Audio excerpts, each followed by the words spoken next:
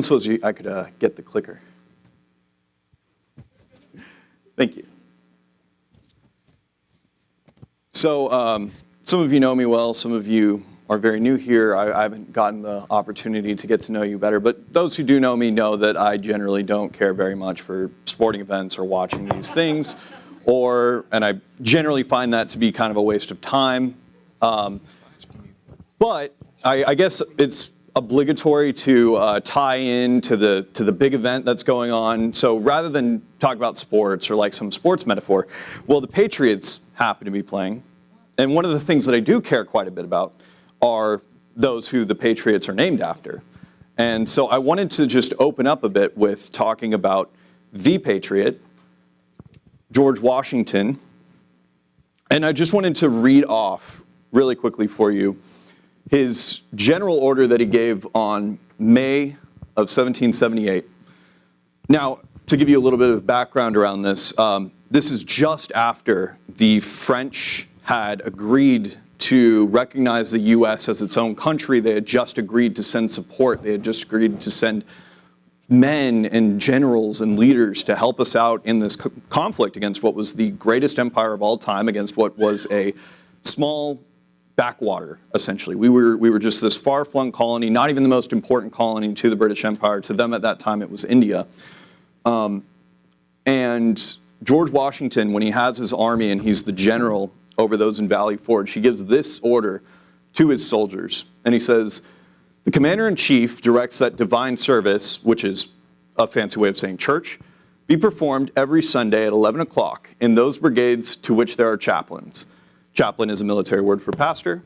Those which have none to attend the place of worship nearest to them, it is expected that officers of all ranks will by their attendance set an example to their men. While we are zealously performing the duties of good citizens and soldiers, we certainly ought not to be inattentive to the higher duties of religion. To the distinguished character of patriot, it should be our highest glory to add the more distinguished character of Christian. Single instance of providential goodness. Providence is, again, a beautiful word that needs to come back more. It means God's hand in everything, in your life, and in the activities and the things that are going on, that he is guiding, directing, and providing for you. But which we have experienced and which we have now almost crowned our labors with complete success, demand from us in a peculiar manner the warmest returns of gratitude and piety to the supreme author of all good, which is to say, God. Now, I found this so interesting, and I love it. As I read documents like this all the time just for fun, because I'm just, that's how I am. But it's just so interesting to me that George Washington, when he was leading this army, even though he was focused on military matters, even though he was trying to handle logistics, he was trying to supply an underarmed, underfed group of people that were trying to fight, again, the best soldiers that were in the world at that time. And he thought it was extremely important in the midst of all of that the soldiers that he had, the officers that he is essentially, we would say, voluntold. He is voluntolding them to go to church. That you must go, you must set this example, that you owe a duty to do so, that you should be a good example of a good Christian to the soldiers that are underneath you, that you should be this because God has done so much for us, because his hand has been on us in this conflict, because he's been there for us. And I bring all of this up to say because I think sometimes, especially here in this church where we have so many veterans, so many military members, so many people that have some hand touching it. I mean, we're outside of the largest military base in the country by population. Almost everyone in here has some hand in touching the military, whether they are in it or whether they are affected by it or whether they have spouses in it or whether they were once in it like me. But having that understanding that being a soldier is not incompatible with being a Christian, it comes pretty easy to us. But there's a lot of soldiers and a lot of Christians out there who think that these things are two separate things, that you can't really be one or the other. You can't be a good soldier and a good Christian. You can't do these things together. When in actuality, being a soldier itself is something that God has put forward. Like the soldiering is something that you find all throughout the Bible. The most beloved man of God was David, who is, let me think. Give me 1 second. David, who was a man after God's own heart, was a soldier, first and foremost. He was the warrior king. He was also a poet. He was also writing psalms. And one of the psalms that he writes, Psalm 144:1, that we sing in this own church quite often, is, "Blessed be the Lord my rock, who trains my hands for war and my fingers for battle." And quite often, you will hear this verse, and you hear it all the time, and it's taken only metaphorically. That when you're saying, "Blessed be the Lord my rock, who trains my hands for war and my fingers for battle," that is purely to say, oh, well, that's him training you for spiritual warfare. That's just him training you to be a prayer warrior, to handle demons. Well, David, when he's writing this, is a warrior king. He is a general. He is a soldier. He is leading armies in battle. When he's saying, "Blessed be the Lord my rock, who trains my hands for war and my fingers for battle," he's talking about, blessed be the God who is holding me. Blessed be my hands as I actually actively fight. It's very clear that when you have prayers like this, when you have things like this, you're asking for God to be there with you while you take on these duties and take on these things that you have chosen for yourself. It seems to me, just even by those words alone, if you're asking God to bless you when you're in these fights, then it's okay to be a soldier. And again, most of you understand this, but I have encountered many Christians who are Christian pacifists, who think that you're supposed to lay down all arms, that you're supposed to beat the swords into plowshares. And they can cite verse after verse, turn the other cheek, all of these other things that they will say to justify never taking any action whatsoever, that anyone who was to take up arms is wrong. There's entire sects that are not great, like the Jehovah's Witnesses, who will say these things too, and sort of that gets to move around into other spaces and other people.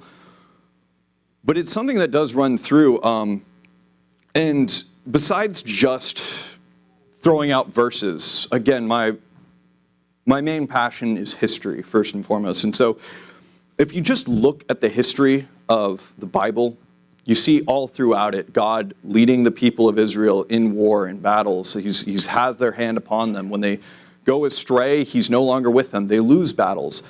But they're still battling, they're still fighting, they're still soldiers. And then some people will often say, well, now we're in the New Testament, we're under the New Covenant, and now that's all gone away. Well, if we even just look at, again, providence, if we look at how God, in his hand upon history, upon the Christian people and the Christian church, and how things have gone, all throughout, you will find soldiers, you will find military men, you will find good Christians who are both of these things, who in many respects were in the right place, the right time, taking the actions that they did that kept Christianity around, that protected it, that helped it to survive, because there were men who were good, faithful Christians who took up arms and they fought. If you look at, for example, the easiest one that you could see is when there was a Muslim invasion that went all throughout after Islam began to spread, all throughout 700 to 800 AD. Swept away all of North Africa, which is still Muslim today, but at that point was Christian. It went into Spain, conquered all of Spain, and then it got all the way up until France, until there was again a French king who was Christian, who fought them, who stopped them at that point and prevented them from sweeping across all of Europe. It happened again with the Muslims, again, when you look at what had happened with the Ottoman Empire. They were sweeping across all of Europe. They got all the way up to the gates of Vienna in Austria. That's how far into Europe they got, all the way from Turkey.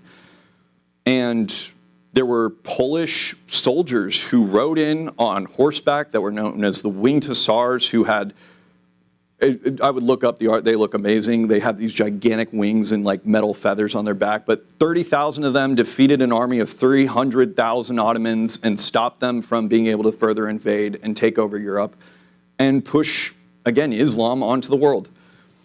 If you look at America itself, when we were settling America, if you look at all of the charters, all of the original compacts, if you look at the Virginia Charter, when we first got here, it has in it very explicitly and very clearly, like, we are looking to God, we are looking to be able to Christianize the people that are of here. They have not seen the gospel. That is one of the reasons why we are going here.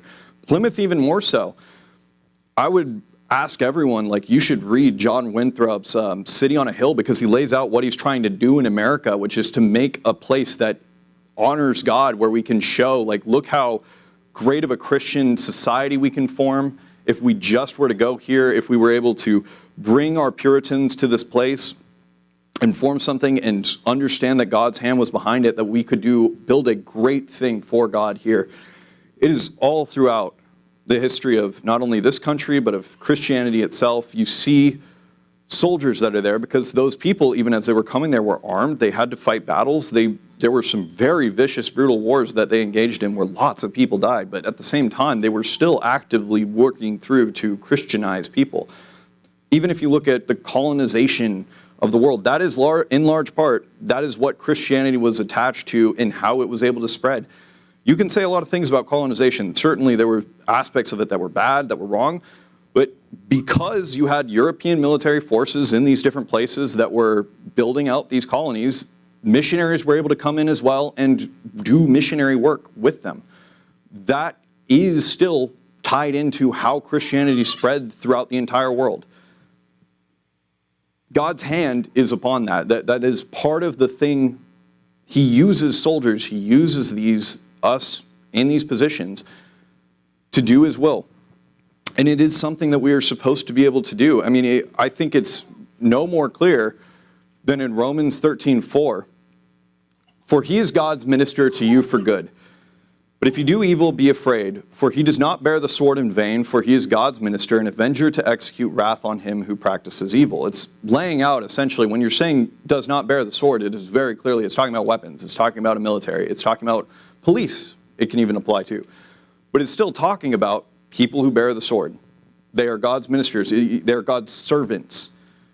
And the really rough thing to wrestle with this is when Paul is writing about this, he is talking about the Roman government of all things in this. The Roman government that would kill him and persecuted him, but he still says, for he is God's minister to you for good.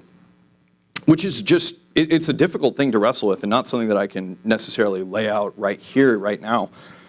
But he is still saying, and what you can take from this is that you can, in fact, be a soldier and be a servant of God. You can bear the sword and still be a Christian. Not all swords have to be beaten into plowshares, and that there's different times for it.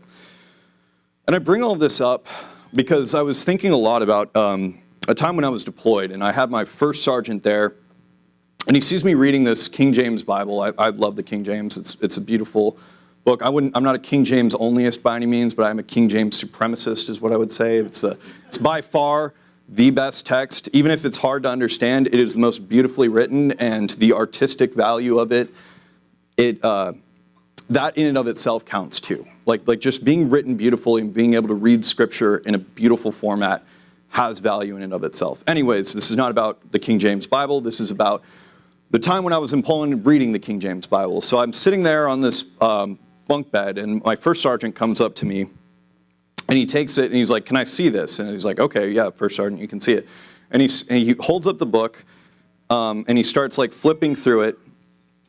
And the first thing he comments on is, "What would you do if I started ripping pages out of this Bible?"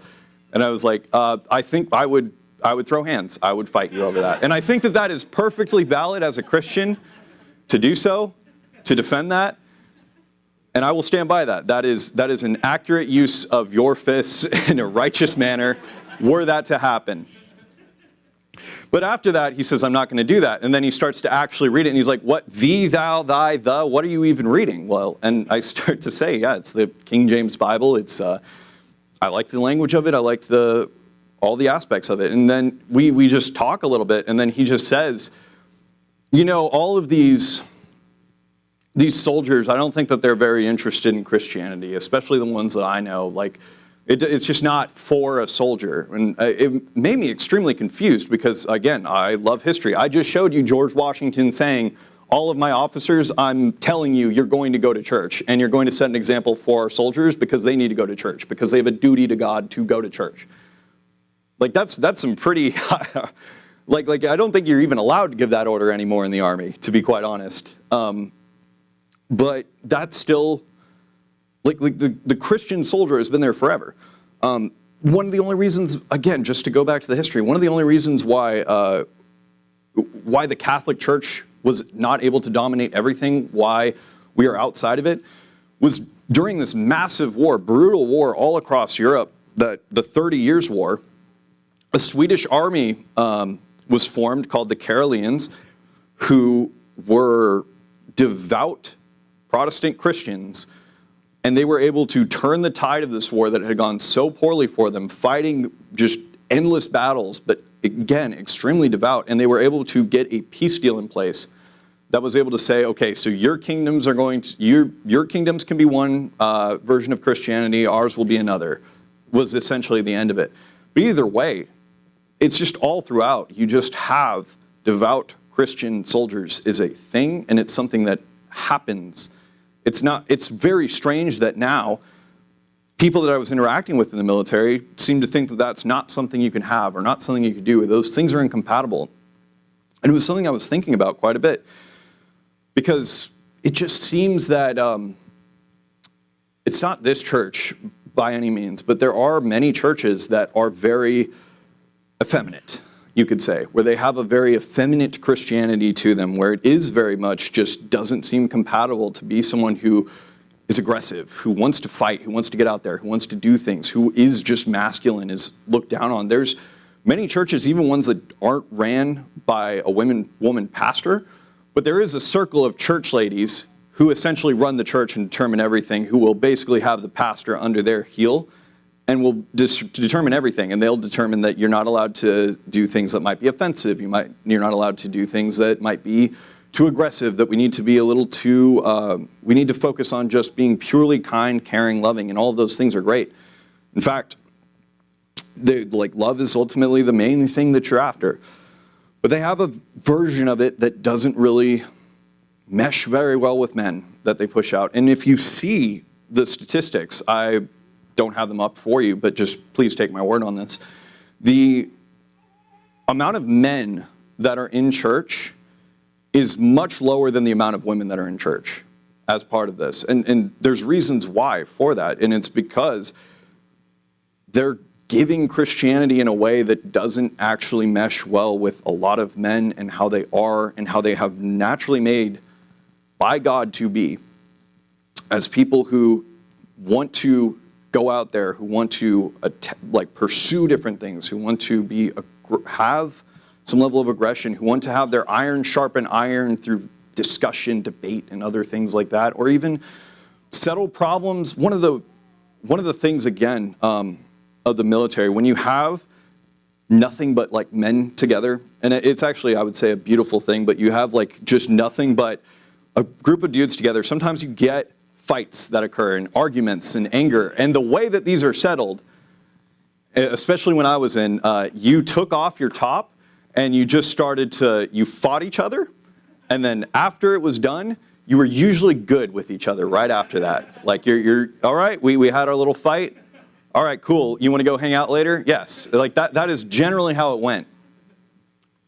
And it's because that's just how men are. Like you'll heat up, you'll flare up, you'll get at one another, and then when you're able to just let that out, you're generally good after that.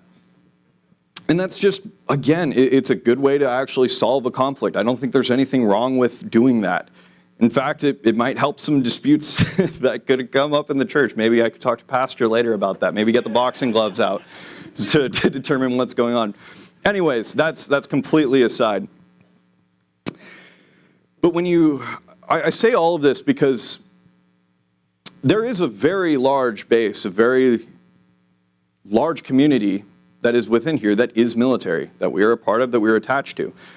And when I was in, there were more people that were interested in paganism than that were interested in going to church. And one of the things when I was just, again, looking into this, like, why are they so interested in paganism? This makes no sense to me. Like, they really think that the guy that's owned by Marvel exists or is real? Like Thor, essentially. Thor is a Marvel character now. You see him on TV, and that's who you're treating as God now. You're treating Odin, all these other things that are just don't give you a solid grasp of like how the world was created or can explain existence or all of these other big arguments that are things that kept me from never truly denying God on an intellectual level. But I realized that that kind of understanding of God where these things actually have to 100% make sense, which I think Christianity is the only thing that actually explains things in that way, aren't what draws most people. And what drew these guys, and what draws them to decide, you know what, I'm going to start wearing a little like hammer around, and I'm going to start tattooing all these like Volknuts and Viking tattoos, and I'm going to pretend like I'm a Viking, is largely because they just see Christianity as weak. And it's weird too, especially if you know the history of it too, because the Christians beat the Vikings like really badly and completely defeated them, and then they all adopted Christianity. Again, that's besides the point, but they still get drawn into this false religion because it's appealing to something that Christianity isn't doing very well at in a lot of ways, where Christianity in the culture now is just not reaching out to men very well, especially fighting men, especially men who want to take up arms, who want to go on adventures, to do these things. A lot of Christians just are not doing a good job of showing them how Christianity is compatible with that. And it's not even to say that the other thing is, it's not like paganism therefore is a better fit or any of these things, because the soldiers too don't understand what they get out of Christianity and what they're missing by not being Christians. Because soldiers, again, if you interact with them, you will find incredible rates of alcoholism. You will find incredible rates of domestic violence, of divorce, of all kinds of issues in the home and the family life, and what they do on a daily basis on their just wanton hedonism on the weekends, other things that they will get into that just are self-destructive. And a lot of the time that even results in suicides, which we have a terrible rate of suicides in the military, and it's because so many of them just don't understand that there is more, or don't have much else to go off of, that they just follow down that pure path of, I just need to be extremely masculine, I need to just be going after all of these things, and this is what I'm supposed to do, I'm supposed to drink, I'm supposed to fight, I'm supposed to do all this other stuff. That's what they think that all there is to them, that's what they think life is. That's all they really have going for them, and then they find very quickly that these things are not fulfilling. They make mistakes, they do things that aren't great for them, and sometimes that does end with them, again, killing themselves. I knew people who ended up doing that. And so we need to be able to tell them and to show them, hey, you don't have to give up being a soldier. This isn't something that is totally incompatible. You can hang and bang mortars all day and still be a Christian. You can fly helicopters and still be a Christian. You could be a medic, you could be an infantryman, you could be a finance guy and still be a Christian. You could do all of these things. And it's all compatible with Christianity. In fact, I would argue that it makes you a better soldier in many ways, because it's going to give you a more stable understanding in your life of where your place is. It's going to make you more, I'll tell you this, every time before a jump, I've made sure that I was good with God, and I felt a lot better hopping out of an airplane every time, at least knowing that, hey, like, even if this goes catastrophic, I'm all right. Like, it's going to be okay at the end. But that they don't have that when you don't have God. You know, that you think that this life is all that it is, and it's over. You actually tend to not be as good of a soldier in a lot of respects. There's a great quote from C.S. Lewis that, again, I probably should have included, but I'll try to recite it as best from memory. But he'd been talking about World War I and recounting what it would be like were he to be killed in World War I. And he gives this example of, like, I'm sure if, let's say, like, on one side was the German man, and on my side, the English, and we both had killed each other in that conflict, and then we both end up outside the pearly gates, I think we just would have had a good laugh about it at the end of the day. Like, there's a sort of peace that comes that you're able to have even in, like, war and in times of hardship and trials. When you have Christianity too, that makes you a better soldier. And I wanted to add just one more verse, just one more thing to kind of wrap this up. But there's a verse from Ecclesiastes, which is my absolute favorite book of the Bible. Some of the best philosophy ever. I mean, like, people, when I was in school, it was always Plato or Aristotle were talked about, oh, who was the better philosopher? And everything is just out of those two. No, Solomon was better than both of them by far. And I've read bits of Plato and Aristotle. Solomon in Ecclesiastes blows everything they have out of the water.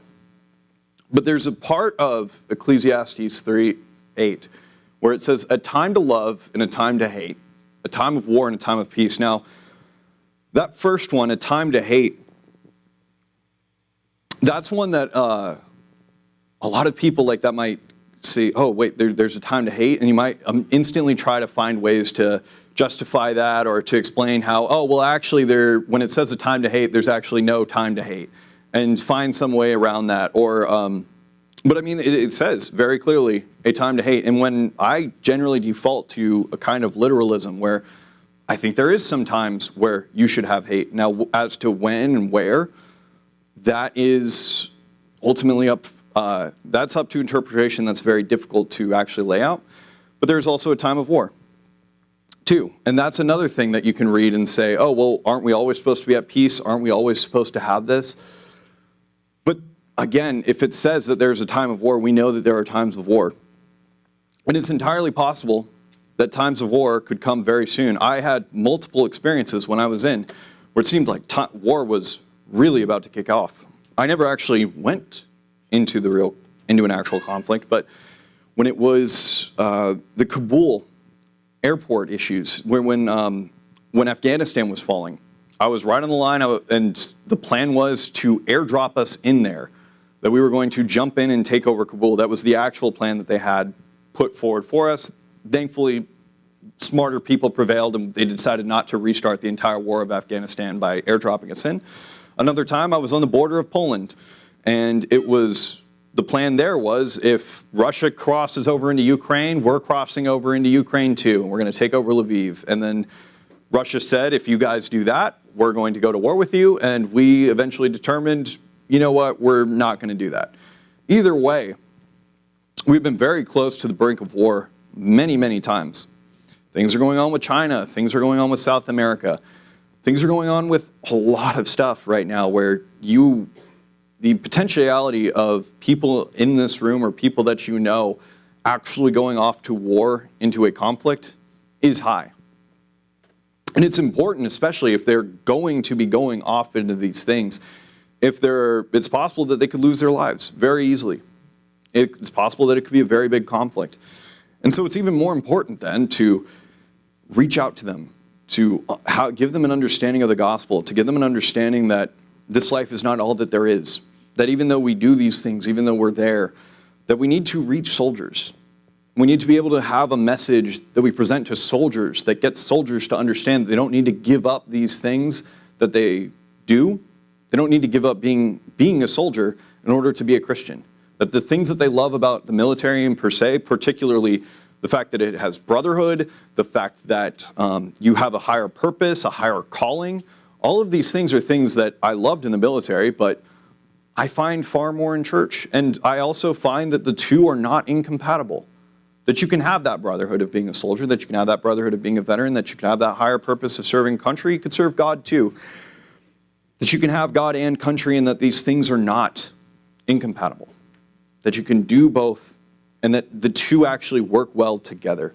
And that you can bring Christians that are out there, that are in the military, to an understanding that they need Christ, that they need God, and that would actually make them better as soldiers when they're not just soldiers in the military, but when they're soldiers for Christ too. And so with that, I'd just like to ask you to, let's just pray. So, Father God, just thank you for this time. Thank you for the opportunity